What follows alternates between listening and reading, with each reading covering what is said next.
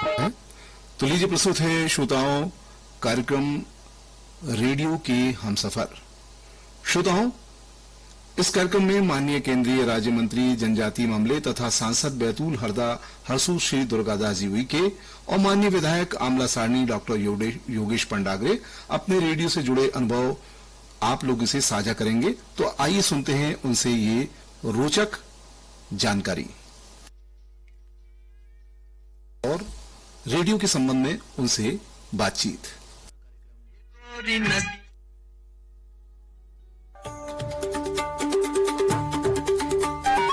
Radio के हम सफर।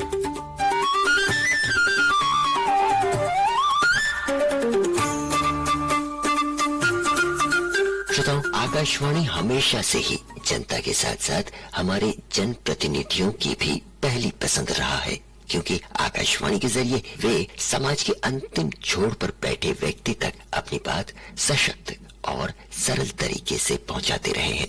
तो चलिए आज के प्रोग्राम रेडियो के हमसफर में हम आपको मिलवाते हैं हमारे गणमान्य जनप्रतिनिधियों से और जानते हैं रेडियो उनके लिए कितना महत्वपूर्ण है। कार्यक्रम की शुरुआत में केंद्रीय राज्य मंत्री जनजातीय मामले भारत सरकार माननीय श्री दुर्गादास उइके जी से सचिन भागवत की चर्चा। पूरे आकाशवाणी परिवार और श्रोताओं की ओर से आपका हार्दिक अभिनंदन और बहुत बहुत स्वागत महोदय। आपका बहुत बहुत धन्यवाद। आपका तो बैतूल से पुराना और माटी का नाता रहा है। आप यहीं के पुत्र हैं, तो हम और हमारे श्रोता आपसे आपके इस जुड़ाव के बारे में कुछ और भी जानना चाहेंगे। मेरा सौभाग्य है कि बैतूल से मेरा रिश्ता केवल जन्म का नहीं बल्कि आत्मा का है। यहाँ की मिट्टी, यहाँ की हवा, यहाँ के लोग, यहाँ की संस्कृति, यहाँ सतपुड़ा की श्रम्य वादियाँ जिसने मुझे गढ़ा है। आज जो भी मैं हूँ इस पावन पवित्र धरती की देन है, इसलिए सेवा ही मेरा प्रथम कर्तव्य है। आप बैतूल जिले में भी लंबे अरसे से कार्यरत रहे हैं और आमजन के बीच बेहद लोकप्रिय भी हैं। बैतूल के जनमन के विषय में भी हम आपसे कुछ जानना चाहेंगे। मैं मेरी लोकसभा बैतूल हरदा हरसूद लोकसभा क्षेत्र के सभी भाइयों और बहनों का हृदय से अभिनंदन करता हूँ, कृतज्ञता ज्ञापित करता हूँ कि बैतूल की जनता ने मुझे हमेशा अपार स्नेह और आशीर्वाद दिया है। मैंने भी हर पल जनसेवा को ही अपना धर्म माना है। जनता का विश्वास ही मेरी सबसे बड़ी पूंजी है और उसे बनाए रखना ही मेरी जिम्मेवारी है। बैतूल में आकाशवाणी की स्थापना के भी 35 वर्ष पूरे हो गए सर, और लोक प्रसारक के रूप में यह अपनी भूमिका बखूबी निभा रहा है। हमारे जिले के आदिवासी अंचलों तक इसकी पहुंच है, सुदूर क्षेत्रों में ये सुना जाता है। हम आपसे जानना चाहेंगे, आप जन जन के बीच जाते हैं, कितना सुना जाता है इसका प्रसारण और इसके कार्यक्रम? आकाशवाणी ने पिछले 35 वर्षों में जनजातीय अंचलों तक जानकारी, संस्कृति, परंपराओं को पहुंचाने में और कृषि और विविध प्रकार से उनका ज्ञानार्जन हो, इस हेतु अत्यंत महत्वपूर्ण भूमिका आकाशवाणी ने निभाई है। और विशेष रूप से दूरस्थ क्षेत्रों में यह आज भी जागरूकता और संवाद का ये बहुत ही सशक्त माध्यम है। बिल्कुल सही कहा आपने। अब तो रेडियो ने अपने देश में प्रसारण के 90 वर्ष पूरे कर लिए हैं। आजादी से पहले और आजादी के बाद अब तक लोगों के बीच यह कला, साहित्य, संस्कृति और बोली और भाषा के सही ढंग के लिए इसकी अपनी विशिष्ट पहचान रही है। आप इसे किस तरह देखते हैं? हमारे जन्म के साथ ही रेडियो तो जन जन का सबसे प्रिय माध्यम रहा है जी, और रेडियो ने 90 वर्षों में भारत की सांस्कृतिक विरासत, भाषा और साहित्य को जीवित रखने में ऐतिहासिक योगदान दिया है। आज डिजिटल युग में भी आकाशवाणी की विश्वसनीयता, प्रामाणिकता और अंतिम व्यक्ति तक, अंतिम गांव तक, सिरे तक जो पहुंच है वो अद्वितीय है। आप जनजातीय मामलों के केंद्रीय राज्य मंत्री भी हैं, तो इस नजरिए से आकाशवाणी की आदिवासी अंचलों में पैठ को और किस तरह से देखना चाहेंगे, विस्तार देना चाहेंगे? आदरणीय प्रधानमंत्री श्री नरेंद्र मोदी जी के कुशल प्रेरक नेतृत्व में केंद्रीय जनजातीय कार्य राज्य मंत्री के रूप में मेरा संकल्प है कि आकाशवाणी की पहुंच जनजातीय अंचलों तक और अधिक सशक्त हो।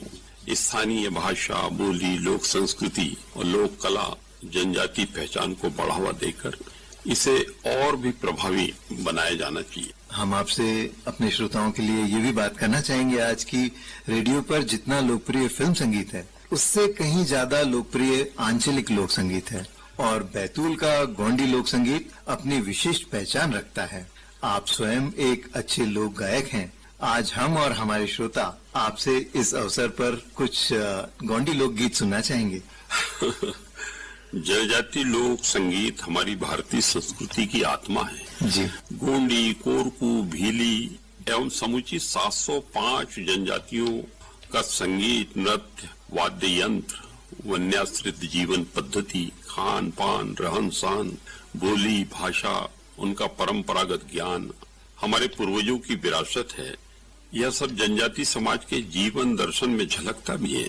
मुझे भी लोक संगीत से विशेष लगाव रहा है। जी। यह हमारी संस्कृति को जीवित रखने का सशक्त माध्यम रहा है रेडियो। बिल्कुल। तो आज हम श्रोताओं के साथ कुछ सुनना चाहेंगे आपसे। लीजिए कुछ पंक्तियां जो मुझे स्मरण है। जी। एक तो अपने राष्ट्र की वंदना के रूप में एक छोटा सा एक गोंडी लोकगीत है। जी जी। भारत देश बाचम के मायता, भारत देश बाचम के मायता, भारत देश बाचम के मायता, भारत देश बाचम के मायता, भारत देश ता तिरंगो झंडा, भारत देश ता तिरंगो झंडा, वड़ी वड़ी ते बाप है रे मायता, वड़ी वड़ी ते बाप है रे मायता, भारत देश बाचम के मायता, भारत देश बाचम के मायता। प्रधानमंत्री नरेंद्र मोदी, मुख्यमंत्री मोहन यादव, रंटे न जोड़ी बाज में माता, रंटे न जोड़ी बाज में माता, भारत तरक्की बाया लाता, भारत तरक्की बाया लाता, दुनिया ते भारत बाचम के मायता, भारत देश बाचम के मायता, भारत जनता, भारत जनता यूनी नलाता, भारत जनता यूनी नलाता, नरेंद्र मोदी न जय सेवा मोहन यादव, जय सेवा धरती दाईना, सेवा सेवा यूनी नलाता, भारत देश बाचम के मायता, भारत देश बाचम के मायता। एक मैं वीरांगना रानी दुर्गावती जी के ऊपर एक छोटा सा एक शौर्य गीत है। हाँ। गढ़ा मंडला की हमारी गोंड महारानी जो हमारी सबकी प्रेरणा स्रोत है, आदर्श है। जी। दुर्गावती महारानी गढ़ मंडला की रानी, दुर्गावती महारानी गढ़ मंडला की रानी, राठ महोबा में जन्म भयो है, राजा दलपत संग ब्याह भयो है, मंडला बनाई राजधानी रे, गढ़ मंडला की रानी, गढ़ मंडला की रानी, दुर्गावती महारानी गढ़ मंडला की रानी, जब से तुम गुंडवाने में आई, घर घर सबके खुशियां छाई, अरे जनता बहुत हर्षानी रे, गढ़ मंडला की रानी, दुर्गावती महारानी गढ़ मंडला की रानी, बाज बहादुर के छक्के छुड़ाए, आसफ खां को धूल चटाए, अरे अकबर को याद आई नानी रे गढ़ मंडला की रानी, दुर्गावती महारानी गढ़ मंडला की रानी। ठाव बरेला न रही नाला, मुगलों ने जब घेरा डाला। अरे खूब लड़े मर्दानी रे गढ़ मंडला की रानी, खूब लड़ी मर्दानी रे गढ़ मंडला की रानी। दुर्गावती महारानी गढ़ मंडला की रानी, दुर्गावती महारानी गढ़ मंडला की रानी। बहुत सुंदर लोकगीत हमने आज आपके सुने, और आज जो आपने हमारे श्रोताओं के लिए हमारे इस लोकप्रिय कार्यक्रम रेडियो के हमसफर में जो अपने रेडियो से आपके जुड़ाव और बैतूल जिले में लोगों के साथ आपके जुड़ाव की बातें साझा की, इस जानकारी का और हमारे इस कार्यक्रम रेडियो के हमसफर में समय देने के लिए माननीय केंद्रीय मंत्री महोदय, आपका बहुत बहुत धन्यवाद और आभार। नमस्कार जी, जय हिंद। श्रोताओं, आकाशवाणी और श्रोताओं के बीच का रिश्ता एक अटूट, विश्वसनीय और आत्मीय जन सरोकार का रिश्ता है। पिछले 9 दशकों से आकाशवाणी समाज के हर वर्ग को सूचना, शिक्षा और मनोरंजन के माध्यम से जोड़े रखा है। आकाशवाणी की और उपयोगिताओं के बारे में जानिए बैतूल जिले के आमला सारणी क्षेत्र के विधायक माननीय डॉक्टर योगेश पंडाग्रे जी से योगेश्वर देशपांडे की चर्चा में। डॉक्टर साहब, हम आपका अपने केंद्र पर स्वागत करते हैं, और आज हम जिस विषय की चर्चा कर रहे हैं वह है रेडियो के 90 वर्ष और हमारे जन प्रतिनिधियों की भूमिका। आप सभी लोगों को, रेडियो टीम को बधाई देना चाहूंगा कि 90 वर्षों से आप लोग अनवरत जनता को जागरूक करने का और जनता को रेडियो के माध्यम से उनके पसंद के कार्यक्रम सुनना और उनको आनंद देने का कार्य कर रहे हैं। उसके लिए आप सभी को और पूरी टीम को बहुत बहुत बधाई। पंडाग्रे जी, बैतूल को आपने अपनी कर्मभूमि के रूप में चुना है और लंबे समय से आप एक चिकित्सक के रूप में भी अपनी सेवाएं दे रहे हैं, और अब आप जनप्रतिनिधि की भूमिका भी निभा रहे हैं। इन सब में कैसे सामंजस्य आप बिठा पाते हैं? देखिए, सामाजिक कार्य और चिकित्सा सेवा में लगभग एक जैसे ही समझता हूँ, और जब अपनी चिकित्सा की सेवाएं दे रहा था तब भी लोगों से जुड़कर काम करने की आदत थी। लंबे समय तक के उनसे जुड़ के कार्य करते रहा, लोगों के बीच में जाते रहा। लोग कई बार अपनी व्यक्तिगत समस्याएं भी बताते थे, तो इनके चलते लोगों की समस्याओं के बारे में भी बेहतर तरह से जानकारी थी, और लोगों को भी बाद में ऐसा लगा, पार्टी को भी ऐसा लगा कि आगे जनप्रतिनिधि के तौर पे इनको देखा जा सकता है। भारतीय जनता पार्टी से 2018 में मुझे टिकट मिली और सभी कार्यकर्ता और जनता के आशीर्वाद से चुनाव जीते भी। चूंकि पहले भी सभी जनता के बीच में जुड़ के काम कर रहा था, समस्याओं के बारे में जानकारी थी, क्योंकि सामाजिक तौर पे ही कार्य करता था, तो बाद में मुझे उनकी समस्याओं को समझने के लिए भी आसानी रही जी, और उचित फोरम पे उनकी समस्याओं को लेकर मैं पहुंच भी सका। पूर्व मुख्यमंत्री शिवराज सिंह चौहान जी का भी बड़ा भारी आशीर्वाद रहा, और अभी वर्तमान मुख्यमंत्री श्री डॉक्टर मोहन यादव जी का भी, कि जिन्होंने क्षेत्र में कई ऐसे विकास कार्य जिनकी रास्ता हमारे क्षेत्र की जनता लंबे समय से देख रही थी, वो कार्य भी पूर्ण हुए। तो इसमें एक अलग ही आनंद मिलता है कि हम जो जनता के जो अपेक्षा है उनको अगर पूरी करते हैं, तो मुझे लगता है कि इससे बड़ी खुशी की बात कुछ और नहीं हो सकती है। रही बात चिकित्सा की सेवाओं की, तो चूंकि वो भी मेरी पसंद का काम है, तो जब आपकी पसंद का काम मिले और कहीं से आपको रिवार्ड मिले कि अगर जनता की अपेक्षा पे खरे उतरते हैं और जनता का जो आशीर्वाद और जो उनके चेहरे पे जो आनंद देखने को मिलता है, तो ये अलग ऊर्जा देता है। तो इसलिए दोनों के बीच में सामंजस्य बिठा के अतिरिक्त ऊर्जा के साथ ही काम कर पा रहा हूँ। डॉक्टर साहब, बचपन से आप रेडियो सुनते आ रहे होंगे, आपकी ऐसी कुछ यादें रेडियो से जुड़ी होंगी जो श्रोताओं के साथ बांटना चाहेंगे? रेडियो तो मैं समझता हूँ कि हमारे भारतीय इतिहास का बड़ा एक सुनहरा काल है, जिन्होंने लंबे समय तक के लोगों को जानकारी देने के साथ साथ मनोरंजन करने का भी कार्य किया। जो एक रेडियो में जो ऐतिहासिक ऊंचाई जिस व्यक्तित्व ने हासिल की थी, अमीर सयानी जी, हम सभी आज भी अगर कहीं से उनकी आवाज तो हमारे बीच में नहीं है शायद वो, लेकिन आज भी उनकी आवाज हमारे कानों में गूंजती है। तो रेडियो तो बरसों बरस हमारे कई पीढ़ियों को उन्होंने जानकारी देने के साथ साथ हमको मनोरंजन करने का भी काम किया, और कई कार्यक्रम ऐसे हैं जैसे उस वक्त छाया गीत जी। जयमाला, बच्चों के कुछ कार्यक्रम होते थे, युवा वाणी, मनपसंद गीत और पुराने शास्त्रीय संगीत वाले सुगम संगीत, साथ ही कृषि से जुड़े हुए कई कार्यक्रम। तो ऐसे कई कार्यक्रम थे। कृषि से जुड़े कार्यक्रम तो हम लोग उस वक्त चूंकि छोटे थे तो कम ही सुनते थे, लेकिन जो मनपसंद गीत, जिसमें एक पोस्ट कार्ड में अपने मनपसंद गाना लिखते थे और जिस दिन वो कार्यक्रम होता था रेडियो के सामने बैठ के सुनते थे कि काश आज आपका नाम आ जाए, पूरा देश आपका नाम सुने, तो एक अलग ही आनंद था। कौन कौन से रेडियो स्टेशन आप सुनते रहे हैं और कौन कौन से कार्यक्रम आपको लगाते थे? क्योंकि आपको याद होगा कि उस समय में अलग अलग स्टेशन भी लोग सुना करते थे। जब हम लोग छोटे थे तब तो हम लोग दो ही के रेडियो, एक तो ऑल इंडिया रेडियो होता था जी, और एक विविध भारती जी, यही थे।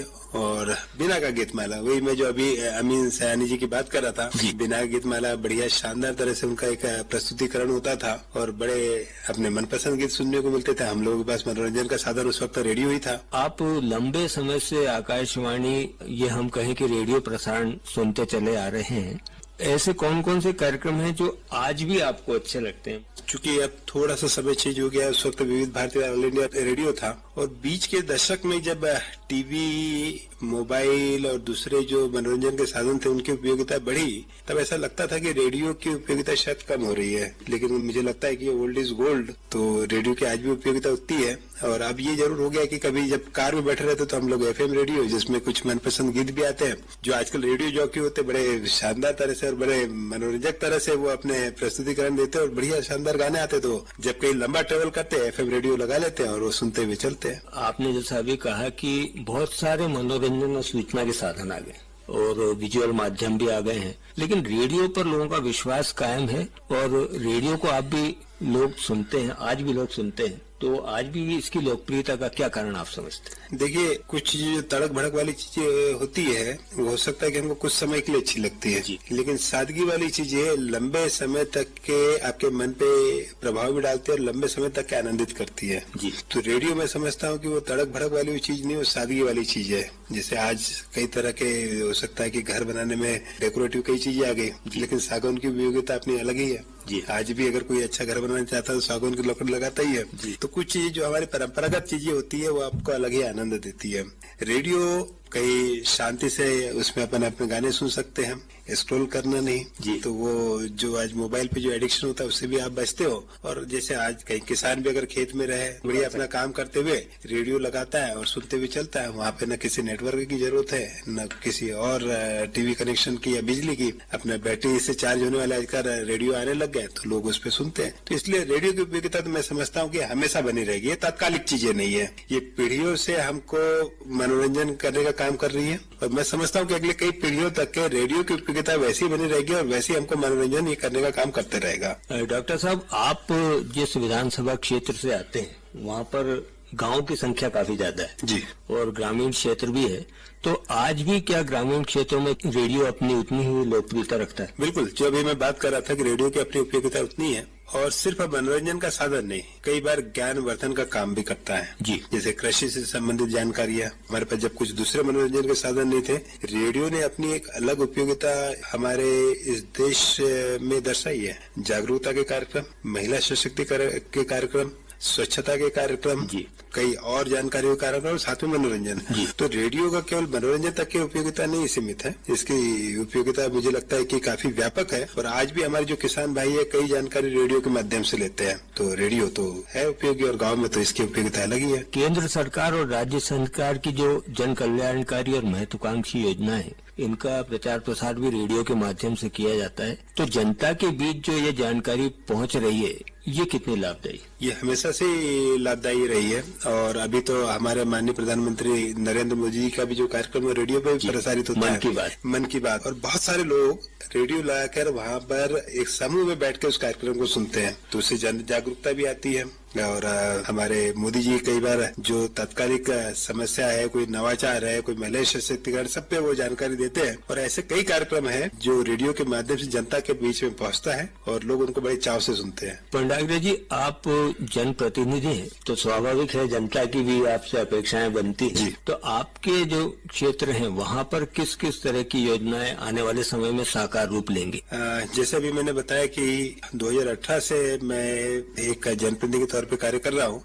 जो मेरे क्षेत्र की जो सबसे बड़ी समस्या थी रोड की थी, कुछ जगह पर रोजगार से संबंधित समस्याएं थी, कई जगह पर अधोसंरचना से संबंधित कुछ कार्य थे। तो पूर्व मुख्यमंत्री माननीय शिवराज सिंह चौहान जी का भी भारी आशीर्वाद रहा और वर्तमान मुख्यमंत्री श्री डॉक्टर मोहन यादव जी का भी। जो हमारी जो प्रमुख समस्या वहाँ पे थी रोडों का निर्माण, तो लगभग मैं 40 के आसपास रोडों का निर्माण अपने इस कार्यकाल में करवा चुका हूँ। कई जगह पे अभी जो कुछ भवनों की आवश्यकता थी, विशेष तौर से नगरपालिका भवन, जनपद भवन और एसडीएम कार्यालय, तो इसका भी काम मामला में चल रहा है। और सारणी की जो सबसे बड़ी हमारी समस्या थी वो था रोजगार से संबंधित।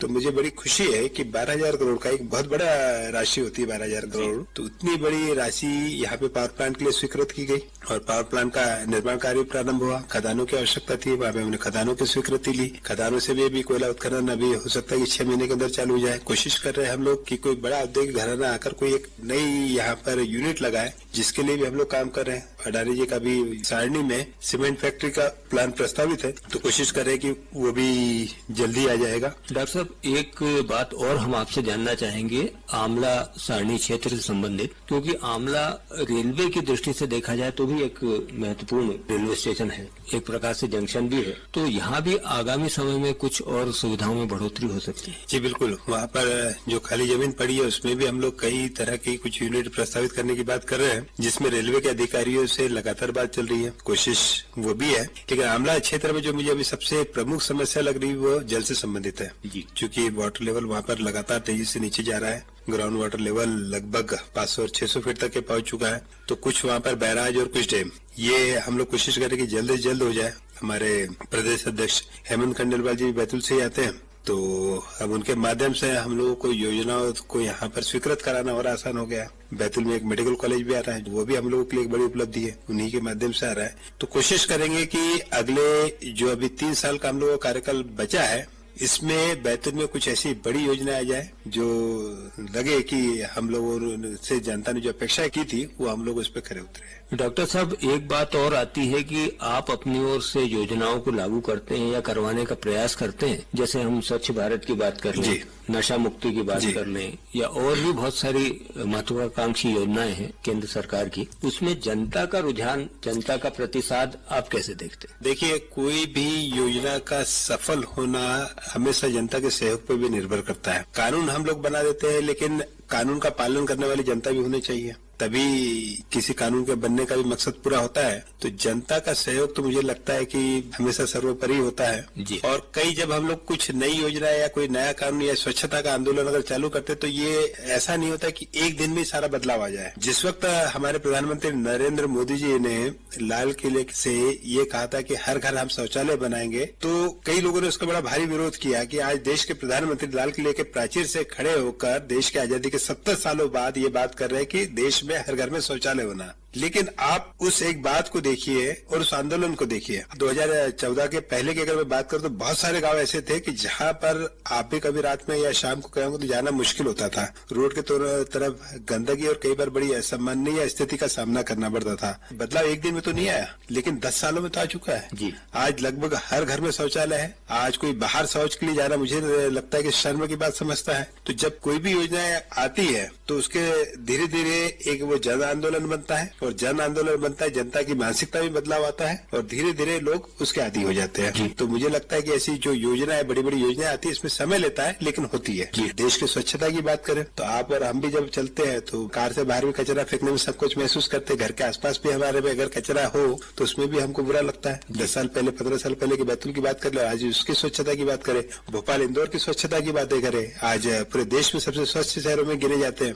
तो ये हम लोगों के लिए उपलब्धि है और पूरा देश स्वच्छता की तरफ धीरे धीरे कदम बढ़ा रहा है। और निश्चित रूप से जैसे कुछ विकसित देश भी हम लोग हमेशा बात करते थे कि इतने स्वच्छ रहते हैं, देश भी उसी दिशा में लगातार कदम आगे बढ़ा रहा है और हम लोग भी अपने जो निर्धारित लक्ष्य वो पूरे करेंगे। माननीय प्रधानमंत्री श्री नरेंद्र मोदी जी मन की बात कार्यक्रम के माध्यम से जन सामान्य से जुड़े हैं। इस कार्यक्रम को लेकर आप लोगों में कैसा उत्साह देखते हैं? आपके जानकारी में विषय लाना चाहूंगा कि हम सभी अपने कार्यकर्ताओं के साथ हर महीने के अंत में जो मन की बात का कार्यक्रम होता है, जिसमें हमारे प्रधानमंत्री नरेंद्र मोदी कई नवाचार पे, महिला सशक्तिकरण पे, कुछ सामाजिक मूल्यों की बातें करते हैं, जनता से सीधे संवाद करते हैं। ये कार्यक्रम हम लोग हर एक बूथ पे सुनते हैं मन की बात एक कोई सिंपल कार्यक्रम नहीं रह गया है, ये एक जन आंदोलन बन गया है और उसमें हमारे देश के प्रधानमंत्री माननीय नरेंद्र मोदी जो बात कहते हैं वो पूरी जनता सुनती भी है और मानती भी है, क्योंकि उनकी एक ऐसी छवि हो चुकी है लार्जर देन लाइफ कि आज लोग उनको फॉलो करते हैं, लोग उनकी बातों को मानते हैं और उन्हीं के एक एक बात पर हमने स्वच्छता का भी आंदोलन चालू किया, हमने देश को आत्मनिर्भर बनाने के लिए भी आंदोलन चालू किया। आज उनके माध्यम से देश एक नित नई ऊंचाई प्राप्त कर रहा है और जो उनका लक्ष्य है 2047 में इस भारत को विकसित भारत बनाना, मुझे लगता है कि उनके नेतृत्व में भारत विकसित राष्ट्र भी बनेगा। उनका हर एक बात जनता के दिल तक पहुंचती है और जन आंदोलन के रूप में तब्दील होती है। आकाशवाणी की यदि हम बात करें तो 90 वर्ष पूरे हो रहे जी। आजादी के पहले का कालखंड भी देखें और आजादी के बाद भी देखें तो ये जन सामान्य की बात को रखने का एक बहुत बड़ा साधन, बहुत बड़ा माध्यम है। तो इसके बारे में आप क्या कहना चाहेंगे, क्या संदेश इस माध्यम से लोगों को देना चाहेंगे? देखिए, जन जागरूकता लाने का काम तो आजादी के पहले से लेके बाद तक के हमेशा रेडियो ने किया है। जब हम छोटे थे तो कोई खास समाचार भी रेडियो के माध्यम से हम लोग प्राप्त करते थे जी। और जब देश में कभी कोई बड़ी घटना होती थी तो वो क्षण भी मुझे याद है कि गांव में भी इक्का दुक्का रेडियो हुआ करते थे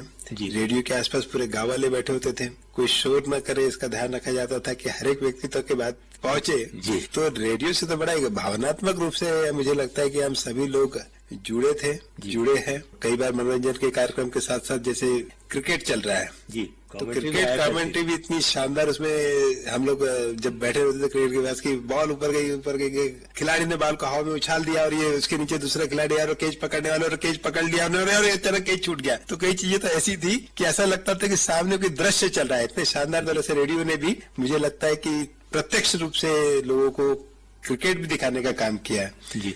तो रेडियो की उपयोगिता हमेशा थी, है और रही। रेडियो से जैसा हमने पूर्व में चर्चा की कि अलग अलग कार्यक्रम होते हैं, सुगम संगीत, शास्त्रीय संगीत, फिल्मी गीत, लोकगीत, तो आपको ऐसा कौन सा संगीत है जो आज भी पसंद आता है? चूंकि पिछली जनरेशन का व्यक्ति हूँ जी, तो आज भी मुझे पुराने गाने पसंद हैं और कई बार रेडियो पे मैं पुराने गाने पसंद करता हूँ जी। कुछ पुराने गानों की भी अपनी एक महत्ता है जी। जिसमें वो एक काफी कम लोगों ने सुना होगा वो गाना, लेकिन जो भी उस गाने को सुने तो मुझे लगता है एक बार सुनेगा तो हमेशा शायद बार बार सुनेगा, बड़ा मोटिवेशनल सॉन्ग लगता है। ये कहानी है दिए की और तूफान की। बहुत अच्छा गाना है और वास्तव में ये एक फिलोसॉफिक गीत है, बहुत बढ़िया है और मुझे लगता है कि ये पूरी जीवन की फिलोसॉफी को लोगों के सामने रखता है। कभी ऐसा लगता था कि कहीं पे शायद हम लोग पीछे हो रहे हैं, कहीं पे टूट रहे, हार रहे जी। तो मुझे वो गाना सुनना बड़ा पसंद था जी जी। और आज भी।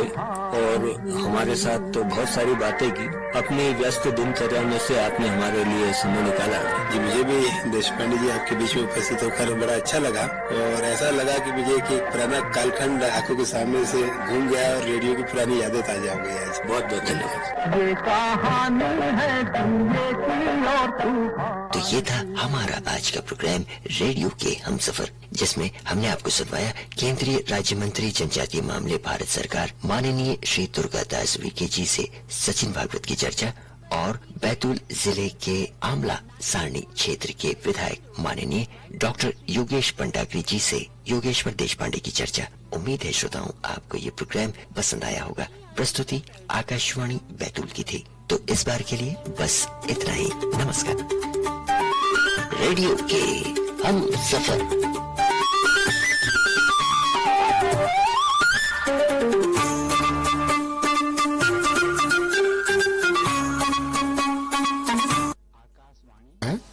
तो लीजिए प्रस्तुत है श्रोताओं कार्यक्रम रेडियो के हमसफर। श्रोताओं, इस कार्यक्रम में माननीय केंद्रीय राज्य मंत्री जनजातीय मामले तथा सांसद बैतूल हरदा हरसू श्री दुर्गादास जी उइके